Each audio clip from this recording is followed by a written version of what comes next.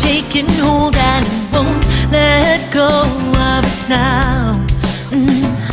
Something here is calling us forward, upward motion. We're drops in one ocean. Roll on. Will you rise up with me today?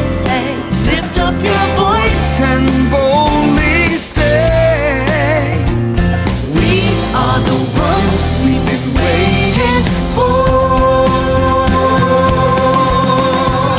Live the dream of your heart.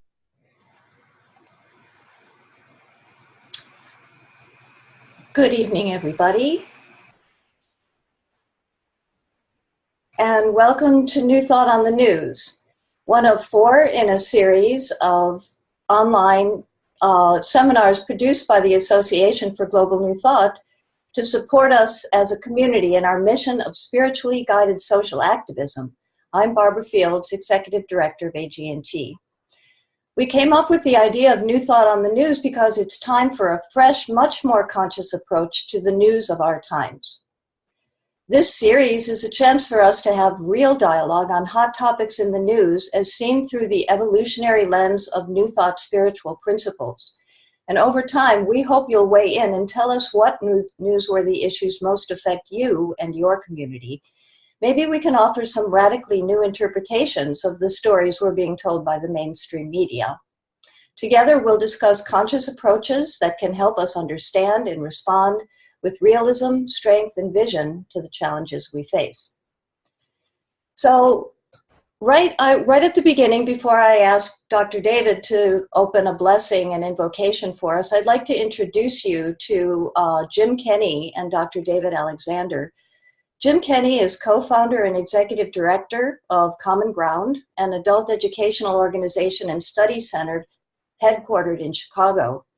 He is author of Thriving in the Crosscurrent, Clarity and Hope in a Time of Cultural Sea Change. He's founding trustee of the International Committee for the Peace Council and project coordinator, bringing together influential religious and spiritual leaders to serve world peace. Jim is co-editor of the Interreligious Insight Journal, and he is former founding trustee and global director of a Council for a Parliament of the World's Religions. Dr. David Alexander is a valued member of the AGNT Leadership Council. He is Director of Strategic Alliances for Centers for Spiritual Living and co-founding Senior Minister of New Thought Center for Spiritual Living in Lake Oswego, Oregon. So I'd like to say first hi to Jim. Hi, Jim.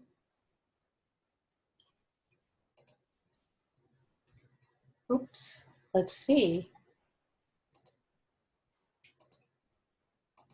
I'm not unmuting Jim, hold on.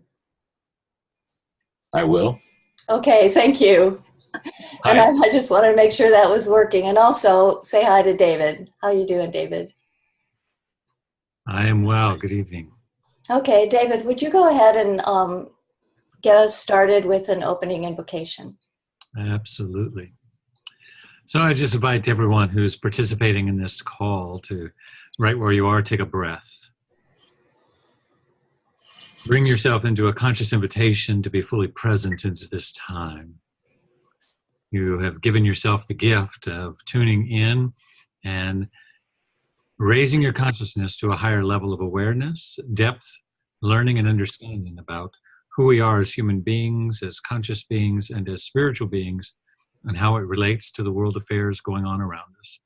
So in this moment, I simply know that there is one power, one presence, one life. It is the power and the presence and the life of God, Spirit, divine intelligence, the wisdom of the universe itself. And this power and presence seeks to reveal itself as all form of activity, seen and unseen, all forms of expression, seen and unseen. And knowing that this power and presence is revealing itself as you and as me, and as this conscious conversation, I give thanks. I give thanks for Jim Kenney for his enlightened wisdom and work in the world, and the perspectives that it brings and the consciousness raising that it creates in this collective conversation. I give thanks for the Association for Global New Thought for being a platform for this dialogue to reach not only those who are participating here now, but for this message to reach the world. And I give thanks for all that is in our world current circumstances, so that we might lift our conscious understanding and better know ourselves as expressions of the divine. For all of this and more, I simply release, knowing that it is done, and so it is. And so it is. Thanks, David. So let's talk about today's salon.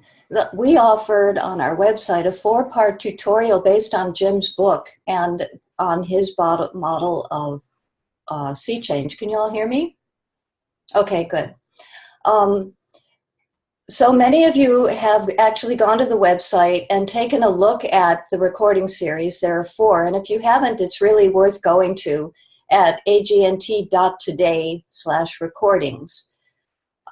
There's some valuable handouts there that'll also guide you through our conversations on these live salons. So tonight we're beginning the series by focusing on whether the capacity to deal with truth and facts is a thing of the past in our government, or whether there is reason to hope that this can be turned around in the future. Jim, David, and I will discuss the sometimes shocking way our political stories are being shaped by a changing relationship to news, facts, and language. We're witnessing a profound degradation of the American narrative, but in this series, our aim is to explore interpretations from a conscious and spiritually guided perspective that offer new possibilities that we as citizens can engage with and support. So, David, that said, I wanted you to open us up by giving us some remarks about what exactly do we mean when we say we'd like to discuss news from a new thought perspective. Great. So, when we talk about what is a new thought perspective, there's really, at least in my way of thinking of it, 3 things. AGNT leaders that come on this will expand on these 3 things. The first is that consciousness is everything. Primary new thought understanding is that consciousness is all that there is. So everything that we're looking at, everything that we're experiencing is a reflection of the one intelligence that is the only intelligence in the universe. That's in you and me and everything around us. That perspective alone creates creates the opportunity anyway for a great shift to shift out of separation and us and them into a deeper awareness of our oneness and our connection with all things. And so oneness is the second thing. 1, consciousness is all that there is. 2, shifting out of separation. And then that, if we consciously choose, and it is a choice, to shift out of separation and into a greater sense of oneness, then that brings us to a third point, which would be that everything external is for our own internal growth and awareness. And so what we mean by that is how am I, what part of me is in the things I see that I don't like? And that's a very internal growth, evolutionary growth question to ask. And it can be very difficult. It's difficult to ask that question when we're talking about our own family or our own internal dynamics. It even becomes more difficult when we're talking about, particularly now in a highly polarized period where there's a great deal of demonization of the other, to turn that back on ourselves and say, how am I in that which I'm demonizing? Where am I in that? And so those 3 things. Ernest Holmes, one of the great authors and founders in the New Thought movement, says that the world is always a perfect projection of consciousness. The world is always a perfect projection of our collective consciousness, is what he says. That statement for me tells me a couple of things. 1, it gives me hope, because it says, well, what is currently so is a projection of current collective conscious understanding. And so there's immediately sort of a doorway of hope, right? Because it says, well, then that means that can change, because consciousness can change. So where we are is because of what we've been, but where we're going is based on who we choose to be. And so it not only gives us hope, but also gives us I think, a mandate to say, not only can it change, but it will, and it will only change if I change, if I participate in the evolution of consciousness on the planet. So not only can it, that's a wonderful, hopeful thing, but it must, by my active participation in it. And I know we'll talk about this later, but that, I think, is where we're at right now, and seeing the uprising of people participating in the streets and all of that. It's an awakening of, I not only can it change, but I must be the change. I'm the agent through which God works in this collective consciousness. So I think I'll stop there. Yeah, thanks. Great. So now what I'd like to do is ask Jim to make a few opening remarks and summarize some of the points that are also given in the Sea Change tutorial on the website, and then we'll get right into some issues for tonight's discussion. So I'm going to turn the mic over to Jim. Okay, great. I'm really glad that you have our 4 previous discussions available, and I've gone through them all, and they're really well done. The way you have it formatted and presented is good, and I'm grateful also that you have the 2 handouts that I think are very useful. So even if people listening don't have those handouts now or haven't listened to those previous tutorials, I hope they'll take the opportunity at least to download the handouts and look at the tutorials. But what we talk about in those 4 conversations is the idea of what I call sea change, but what is at a deeper level, and this is really the point, cultural evolution. So I have 2 or 3 points that I'd like to make, closer to 3 actually, or 4. But the first is that there is such a thing as cultural evolution, that it's real. And actually, and this might be a surprise to some of the folks listening, because I imagine that most of the people that have tuned into this are inclined to believe that there's such a thing as cultural evolution, that human culture by its very nature somehow gets deeper, broader, wider, more incisive, and so on. But actually, it turns out that's an extraordinarily controversial idea that is rejected by lots of serious thinkers, lots of scholars, and it's embraced, of course, by lots of other scholars. When I talk about cultural evolution, and I want to make sure, clear, I'm not talking about biological evolution, although I think the 2 are closely conjoined. But cultural evolution means simply this, that the dominant values in a given culture, but in human culture in general, move slowly but inexorably and without fail. Our dominant values move in the direction of a closer fit with reality. So a good example is that it may take millennia, but gradually human culture moves to the point where it begins collectively to realize, first in some places and later in other places, but inevitably begins to realize that slavery is always and everywhere wrong. When I talk about this, without fail, there's someone in the audience who wants to point out that slavery is still practiced here or there and so on. Quite true.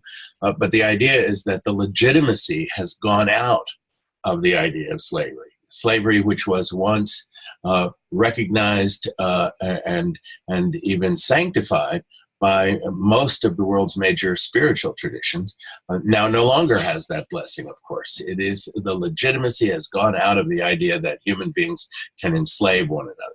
Closer to our personal experience is the radical change that has taken place in the relationship between the genders. And we've all lived through what I think needs to be recognized as one of the most radical evolutionary developments ever to take place in human history, which is the change in the status of women and the gradual, it's not complete. Please don't call me up and point out all the ways in which it hasn't worked yet. I do keep up with stuff, but imagine that what's happened, or just be cognizant of what's happened since the 60s. The idea that the idea of patriarchy has, like the idea of slavery, lost its legitimacy. There are plenty of patriarchs around. They're over there on the other side of the aisle, and plenty of people who would defend what the Me Too movement is protesting against. So no question, the patriarchs are not gone, but the legitimacy of patriarchy, I think, has eroded so dramatically. It's not coming back. I often say to groups I'm talking to that if anyone has interest in investing in patriarchy futures, they should see me after the lecture, because I'd be happy to sell them something. I have some bridges in Brooklyn as well that I can give you a lease on. So anyway, cultural evolution is real, which means, again, that our dominant human values move slowly but unfailingly in the direction of a closer fit with reality. Now, part of what drives this is that our understanding of reality is always being honed, sharpened, deepened. We understand reality so much better today than any of us did 10 years ago, let alone 100 years ago. So as our understanding of reality deepens and broadens, it exerts a bit of pressure on our dominant values, and eventually something has to give. I also believe that cultural evolution is always happening. It's part of the human story, and I think this is a fundamental intuition that has always been present in the New Thought movement. In my association with you all, I've come to learn that. But although cultural evolution has been going on forever, since day one, I believe it's punctuated. And I believe there are periods in which the sort of catching up of our dominant values with reality is dramatically accelerated. In my book, I talk about 4 such periods, ranging from the movement from the Paleolithic to the Neolithic, to the Axial Age that saw the birth of the world's great religious traditions, to the scientific revolution, to whatever it is that's going on now. And I call those periods of punctuated acceleration, I call them sea changes. So my second point is that there are these occasional periods when everything seems to speed up.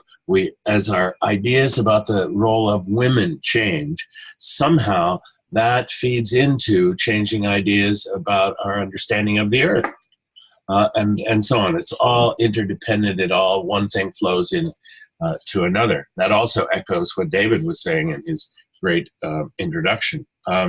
So second thing is, first is cultures evolve, cultural evolution is real. Second, that it's punctuated and that we're in one of those periods of sea change, as I call it, right now. And then I'm going to skip ahead. By the way, this information is available on one of the handouts you can download at the website you provided.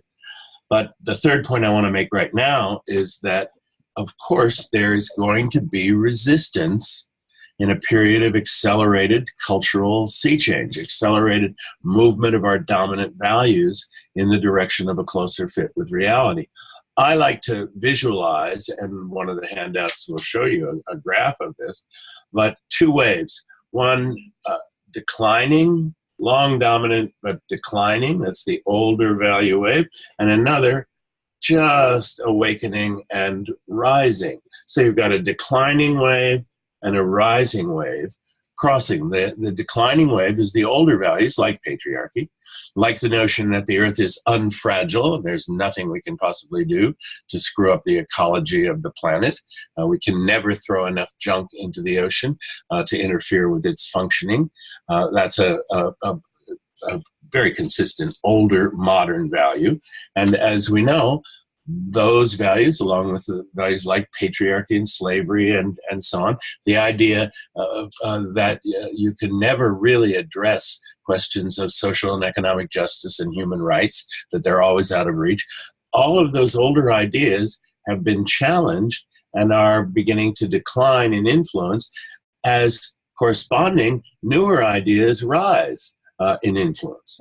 So a question I always ask is, what would it be like to live at the point where the older wave on its way out and the newer wave on its way in are roughly equal in influence? There must be a point where they cross.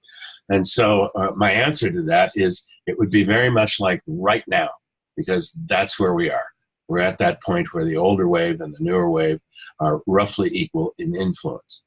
But that equality in influence has a sort of an interesting dynamic or an interesting characteristic. The older wave has inertia going for it. We've always done things this way. It's easier to keep doing things this way.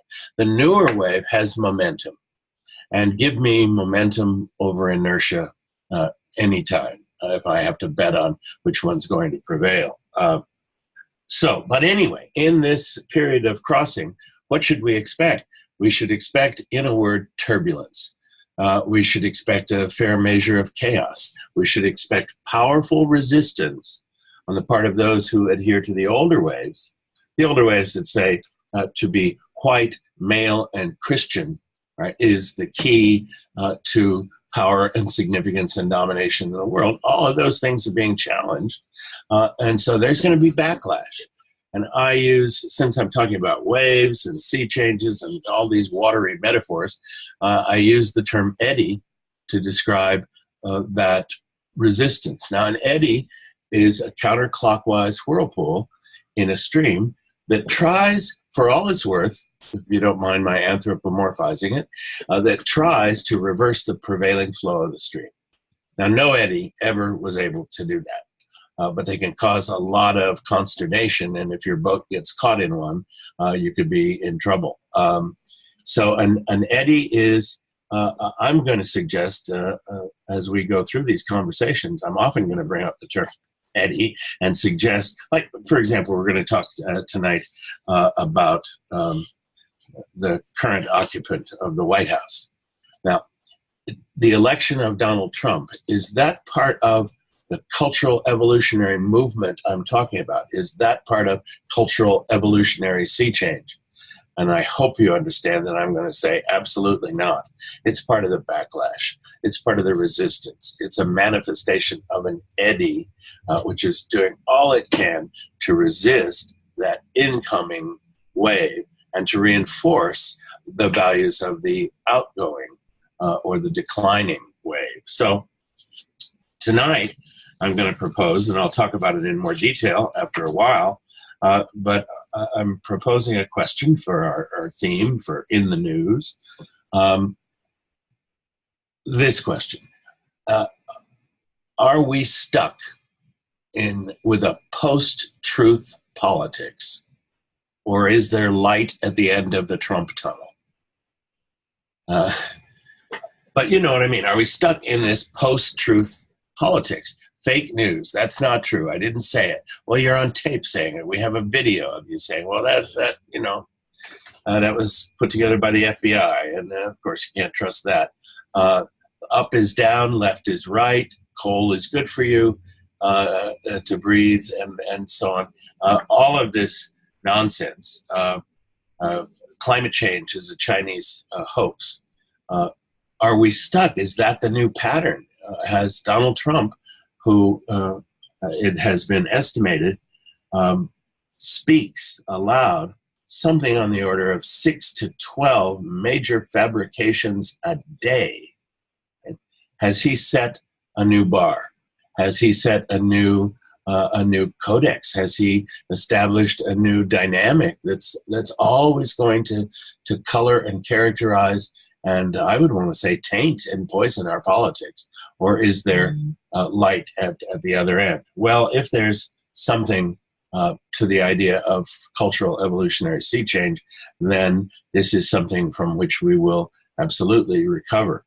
One of the things that we could talk about is the considerable evidence that Donald Trump's war on the media, which was very successful during the campaign, is in this post-campaign period of his presidency, is revealing itself to be an utter failure.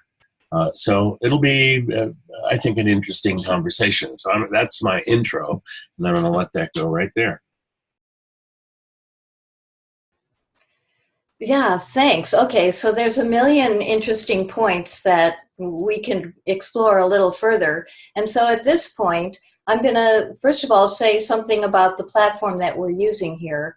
I want you all to know that you can use the chat box or the Q&A box, or even raise your hand when we get to the Q&A period. You'll be able to enter the discussion that way, so please be aware of that. And now I'm going to ask David if he would like to make a few comments based on the opening remarks that Jim just shared with us. Sure. Thank you, Jim. And I would really encourage people to check out that 4-part series and the handouts. It explains in depth of everything that Jim just said. I think what really struck out to me in trying to grapple with the question, are we stuck in a post-truth era, politics and reality? The first thing that rises up in my mind about that is that words shape reality.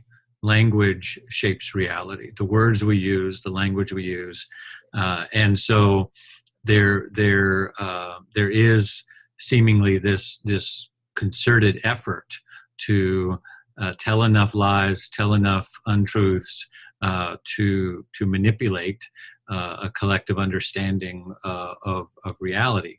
And in some ways, that is at least temporarily successful, as he mentioned certainly during the campaign. But if we step back for a minute and really think, from a new thought perspective, I can lie to myself, and I can lie to myself and lie to myself over and over and over again. And the laws of consciousness, by the way consciousness works, I can have physiological changes in my body and in my external reality based upon that lie, because my brain will begin to accept it as a present reality. But there's a difference we study in this thing called consciousness, a difference between reality with a capital R and reality with a little r. So my reality might be all, dare I say, trumped up, might be all built on a house of cards, of untruths that I'm telling myself. But there's a capital R reality that I cannot shift and change. And eventually that house of cards will crumble on itself. And we know this in our New Thought churches and centers and tradition, because if you come into our center and you've been telling yourself what I would consider a lie, that you're unworthy of love, unworthy of relationship, unworthy of finance, health, whatever it is, and you've been doing that for 10 years, 15 years, 20 years, 30 years, 40 years, we know as spiritual practitioners and articulators of this movement, we know that we can start working with you today, and that we can present to you the reality that you are worthy, that you are whole, that you are complete, and we can get you to shift and have dramatic change in your experience by working with that present reality. So that again gives us a sense of hope that are we stuck in this post-truth thing? Well, it's seemingly, but I think in Jim's paradigm that he set for us, we should back up and see it as an eddy and not as the dominant flow of things. That said, if you're stuck in an eddy, it can be very scary. It can be very troubling. It can be, and I'm mindful. I'm even mindful on this call that we are two white men, having this conversation about populations that are affected by this change in reality, people of color, women, people in other world countries and the world economic situations.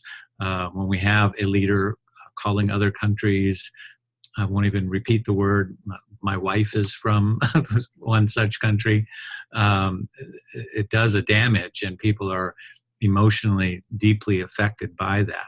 We have people deeply affected by the inaction right now on the Dreamers Act and all of that.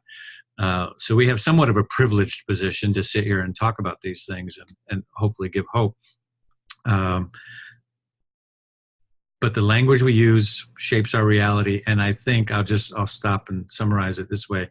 That again puts the emphasis on our call to raise our voice, our collective voice, that the voices that are currently in control are not the mass, of us. They're not the collective consciousness. And so that we need to rise up the collective consciousness voice to bring things back to some sensibility. Thanks so much, David. Yeah, that was a good summary. And I noticed also myself as we're on this call that even as we mention specifics about political leaders and the issues of race and privilege and economic injustice and so on, that I even feel myself flinch a little bit because we're not used to actually holding this conversation in our churches and the sacred environment. We still have that great line of demarcation between the sacred and the secular. And even as liberal as our centers and churches are, I'm still reacting to the fact that it's dangerous territory, and that one of the reasons we're having this series, and I feel so privileged to have Jim because of his great background and expertise, because we have to have these challenging conversations now and not shy away from them. So that said, I'm going to ask Jim to come back on microphone and dig a little deeper into the topics about post-truth reality and politics that he introduced in the beginning. Okay. I appreciate very much what David had to say. I have to say, though, that, and I know I didn't mean it this way, we don't mean it this way, but no apologies for being a white male. I seem to have been in that category for almost as long as I can remember, and I'm very likely to remain there. But that doesn't mean that I can't understand or empathize with or listen carefully to the voices of others. And I think that's the reminder that Dave gives us, that we have to do that. We have to listen to those voices. And in that same spirit, yesterday I was in a workshop. I was doing a workshop on something that along those lines I'm also totally unqualified to give. I was talking about Native American spirituality, about which I know enough to say I don't know nearly enough, but we were talking about Native American spirituality, and one of the most important things is that the bright line you were just talking about that separates the sacred from the secular is one that is not drawn in Native American culture and Indian culture.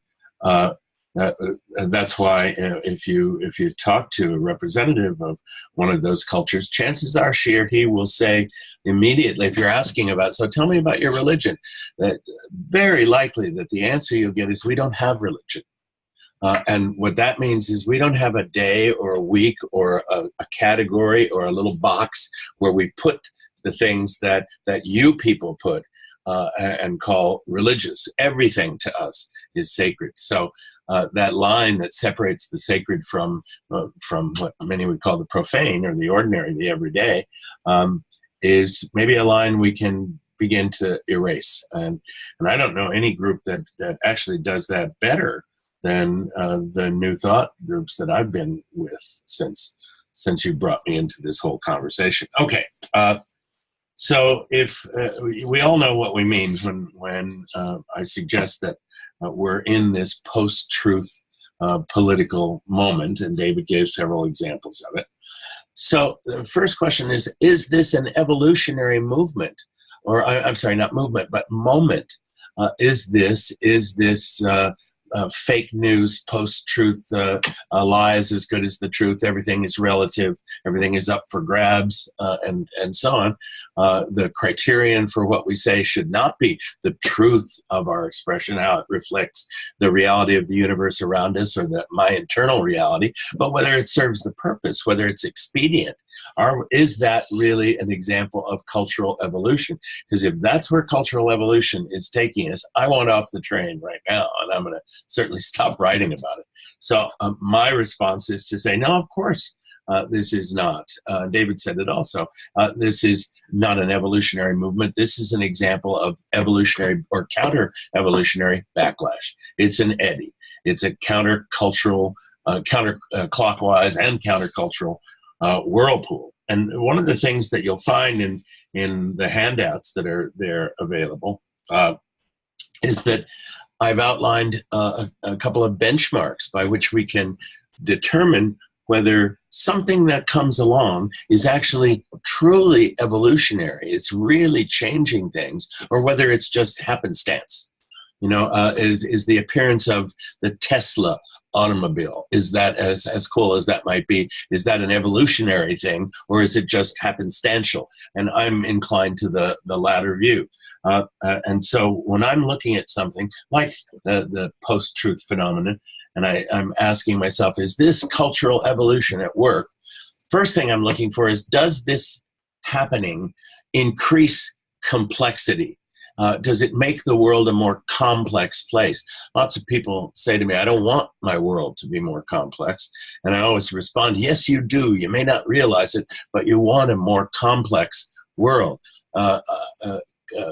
If you were walking along a high school corridor and you saw a tangle of band instruments outside the orchestra room, that's not complexity, that's complication.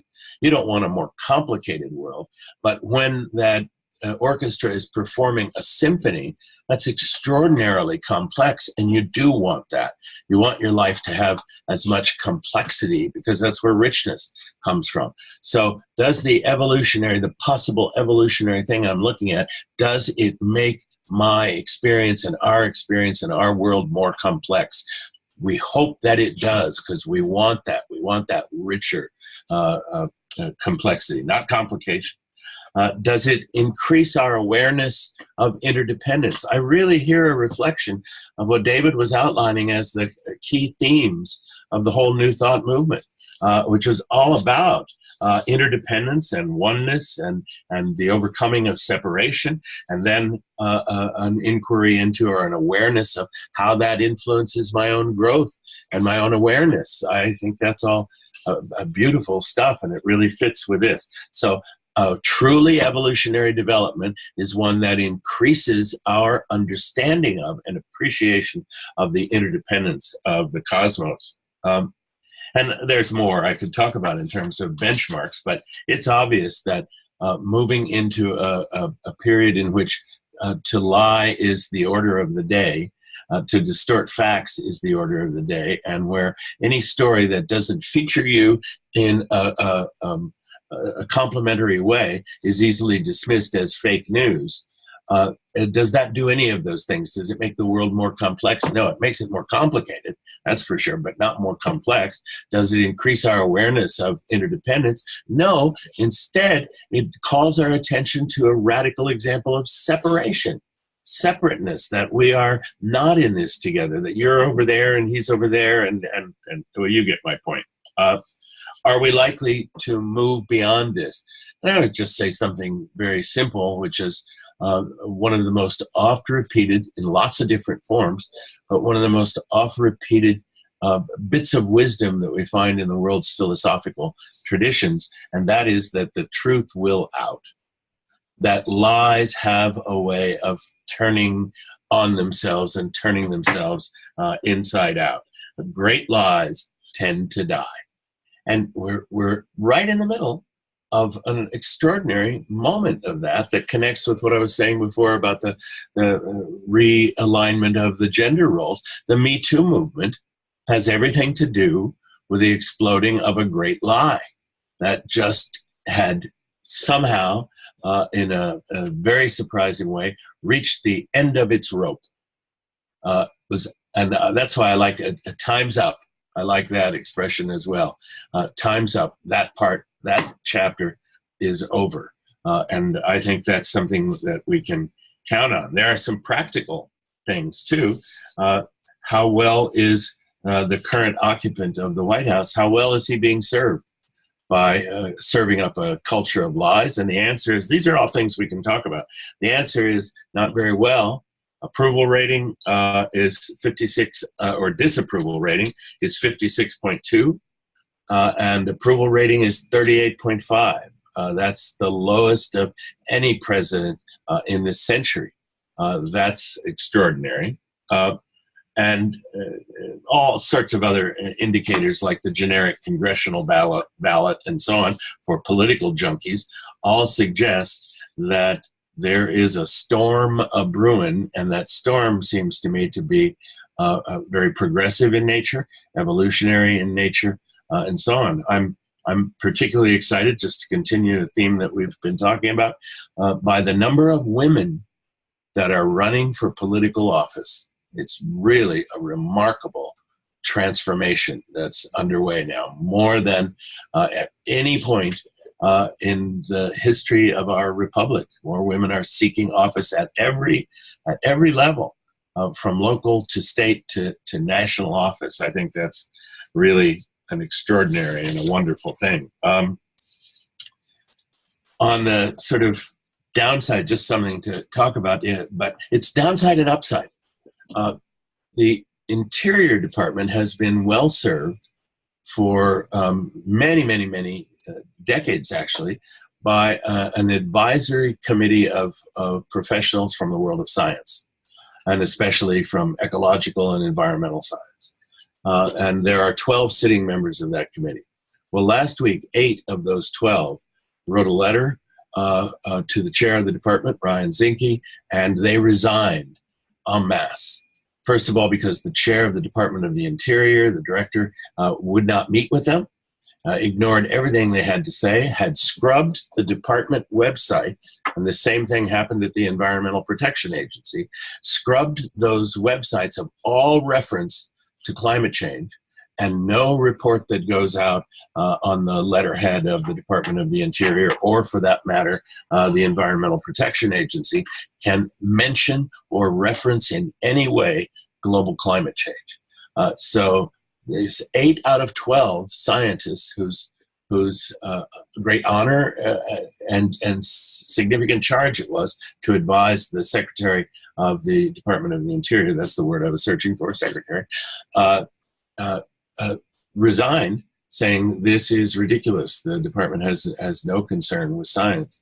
Well, anybody that bets that science denial has a future, whether you're talking about attracting young people to your political party, or winning elections on into the future, or more importantly, guiding our country through very, very difficult and challenging environmental, cultural, population-related, and so on, changes, is on a fool's errand. It can't be done. So to bet against science is like betting against cultural evolution. Makes no sense. So I'm going to put a cork in it right there. Yeah, great. You know what, I'm going to ask at this moment, I'm going to ask if there's anyone in our attendee pool that might like to raise their hand and join us on screen so that we can have a conversation with some of our attendees. Let's see if there's anyone brave enough. Can you all see how you can indicate, put a little hand up by clicking on that hand and ask a question? I've got one waiting in the wings if nobody wants to stand up and volunteer, because the whole purpose of these webinars is to form a conversation, not just have a lecture, even though it's extremely interesting this time. We do have one comment that was put in the Q&A box that is asking this question and making a comment. Could you further define, quote unquote, closer to reality? I imagine reality as David was explaining, but wanted to check and see if that is what you mean. I guess he's asking you, Jim, as well. In part, if you mean reality, then of course we are not stuck in reality with a capital R, then of course we are not stuck in post-truth. It is a phase of evolution. I would further connect this to Reverend David's idea that the external shows up in our internal growth. This post-truth is making things obvious for us to face rather than being complacent. I kind of agree with that. For example, the old adage that we have to learn things the hard way. It seems to me that this post-truth experience is an example of the old paradigm, that we have to learn things the hard way, but when we realize that we don't, we have a new way of learning and evolving. So I'm going to ask you, Jim, and maybe even start with you, David, if you wanted to make a comment on this, and then we'll ask Jim to do the same. Well, I think the question was directed to Jim, but yeah, I think. Over to you, Jim. Sorry. I'm not sure I understand the question entirely, because some of it has to do with ways of phrasing things and conversation that obviously goes on in the context of New Thought that I'm not so familiar with. And I don't use the capital R, small r distinction with reality. But when I heard David talk about it, it made total sense. It's sort of like the old distinction between big S self and small s self that Carl Jung used to talk about, and others. So that makes perfect sense to me, and I might have to steal it because it works. And yeah, that's what I do mean. What David meant by capital R reality, and of course you say, of course we're not stuck in post-truth, but then you go on to say it's a phase of evolution. That we'd have to talk about it face to face and figure out what exactly you mean by that. But I don't see this departure into the whole post-truth conversation and fake news and all of that. I don't see it as evolutionary in any way. It is, and it's very important to me for my model and my understanding of it, to say this is counter-evolutionary.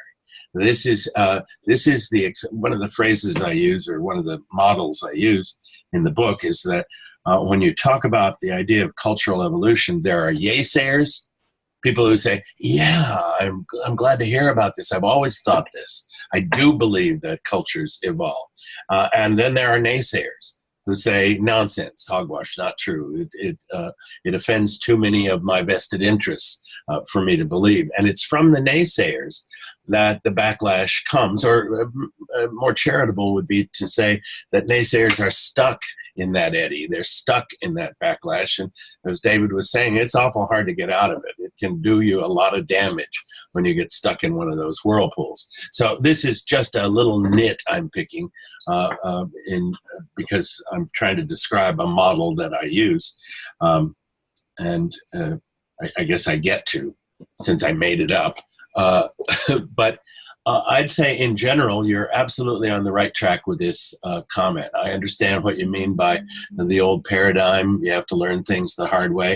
I think I understand what you're talking about, but I would rather simply step back and say, here's a statement that comes out of desperation, comes out of discomfort. I don't like where things are going. I don't like being told that I should have a deep respect for people of other races. I don't like being instructed that I have to be warm and welcoming and on a footing of equality with the other gender. I don't like being told that all of the great religions of the world are equally worthy of respect. I don't like that. I want to go back. One of the most curious things, I've read an article that was talking about the fact that much of the reaction against the newest Star Wars movie, The Last Jedi, had to do with the fact that it elevated women to positions that had previously been occupied for the most part by men in the series, these positions of central heroism. I think that's entirely to ignore the role of Princess Leia, but anyway. And it turns out that is a reaction that is very strongly vested in the alt-right movement. And I saw a quote from someone who had organized a series of computer bots to attack the Rotten Tomatoes website, for example, to spoil the ratings for this movie. And they were very successful. And this guy was interviewed and he said, I grew up in a world in which men were in charge. I want that world back. Well, good luck, Jack. Not likely to happen. That's the nature of cultural evolution. And so I don't want to nod in the direction of the post-truth movement and say it's in any way part of the evolutionary development. And I don't think that's what our questioner had in mind. So on balance, I think this is a great comment, despite it. Yeah, actually, I saw a question in the chat room from Stephen Pope, and it's a pretty simple question, but I think it's on everybody's mind. So I'm going to ask Stephen if he wouldn't mind coming on screen and asking the question himself.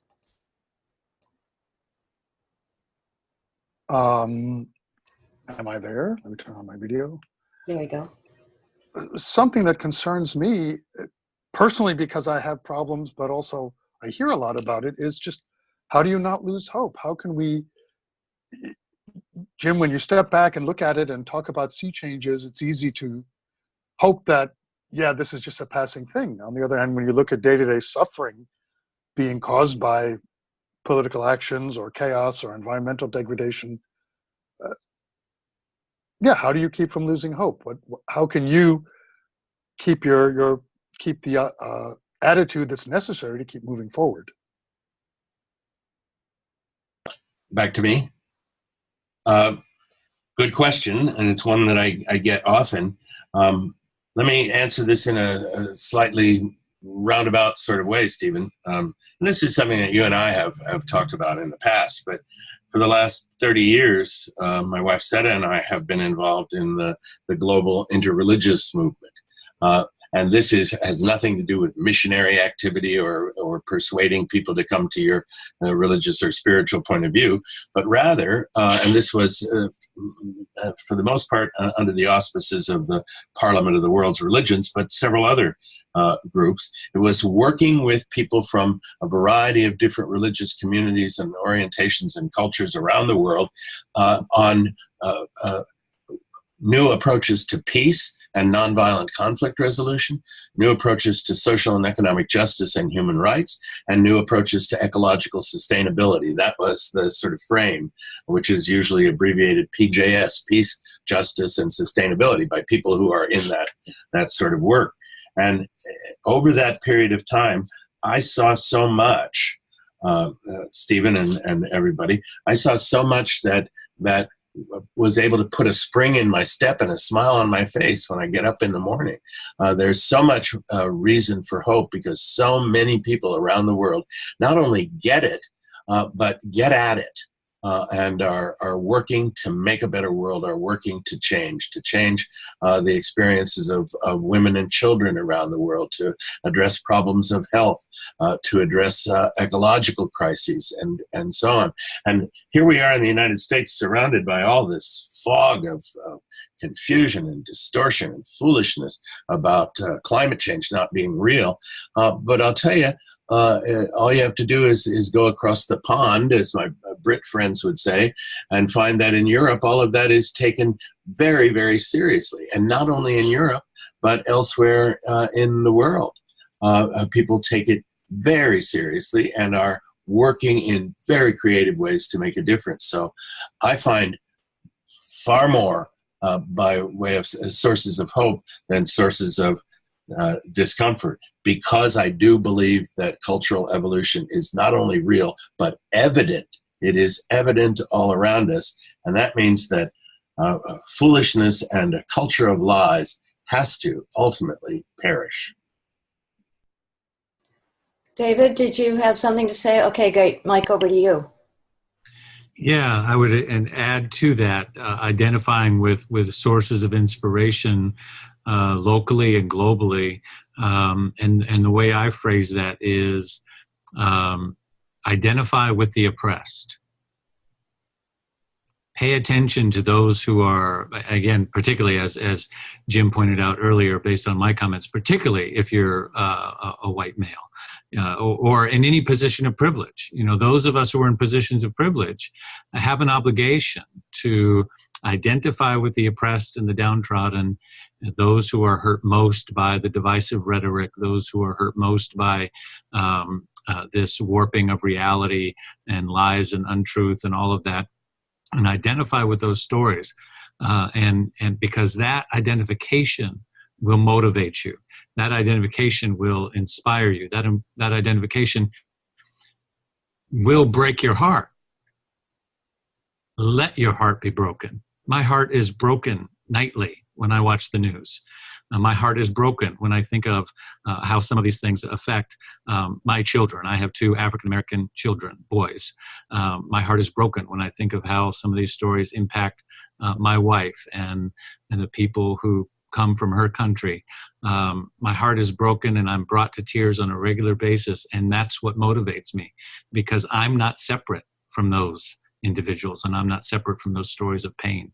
So identify with the oppressed, particularly if you are in a position of privilege, and that will get you up in the morning to do what needs to be done.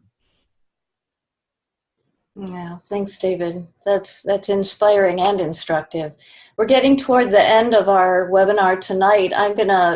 So we're gonna start to wrap up, and I think I'm gonna ask Jim to start to give some of his own closing remarks and maybe a follow-up on what David just said, and then I'll ask David if he'll also give some remarks to close up. Jim? Well, I think my closing remarks were just, I didn't know what they were going to be until David spoke.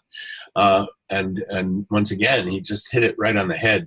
I would just add this, that just as you find inspiration and you open yourself up to letting your heart be broken by what's happening to those who are oppressed, to those who are the unwilling and sometimes even unwitting victims of all of the foolishness that those of us in positions of power either perpetrate or at least acquiesce in.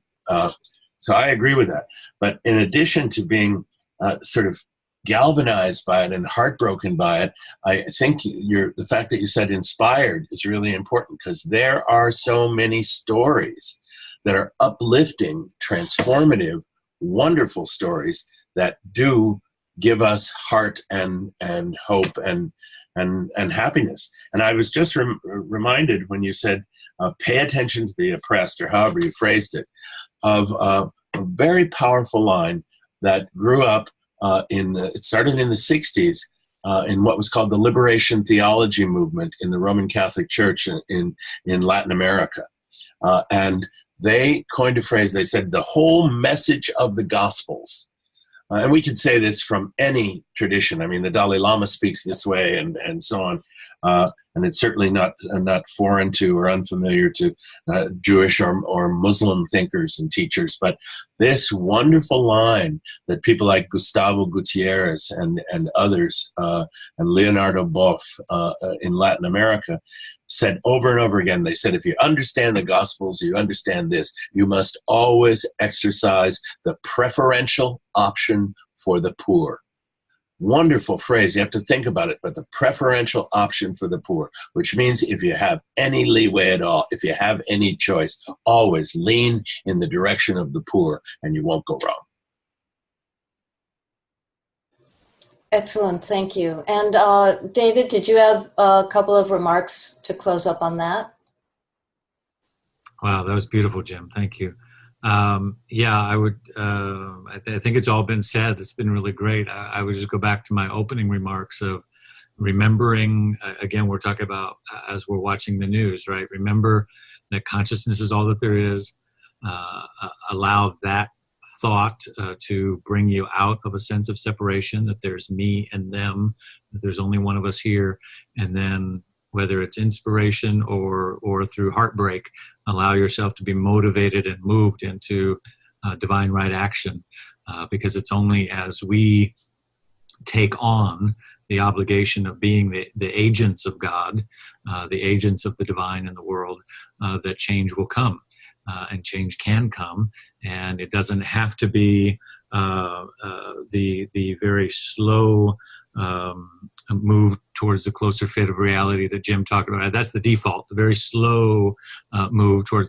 But we can, put our hand on that arc towards the moral arc of the universe and bend it down towards justice with our engagement locally in our own community and globally with our voice. Well, I want to end by, first of all, expressing great thanks to Jim Kenney and David Alexander for being in this discussion with us tonight. And to all of you attendees, I hope you'll stay with us. And just to let you know that a recording of this session will be available tomorrow. You'll all receive notification of where you can access that recording. I want to encourage you all again to go to agnt.today/recordings. So that you can get the tutorial recordings and the handouts Jim was talking about. Our next New Thought on the News next month is February 22nd. And at that time, Jim Kenney will be back with us, and our host from the AGNT Leadership Council will be Reverend Temple Hayes. So once again, thank you all tonight for engaging in such a productive and inspiring discussion. I really enjoyed it, and I'll see you, Jim, next time. Thanks, David. Bye.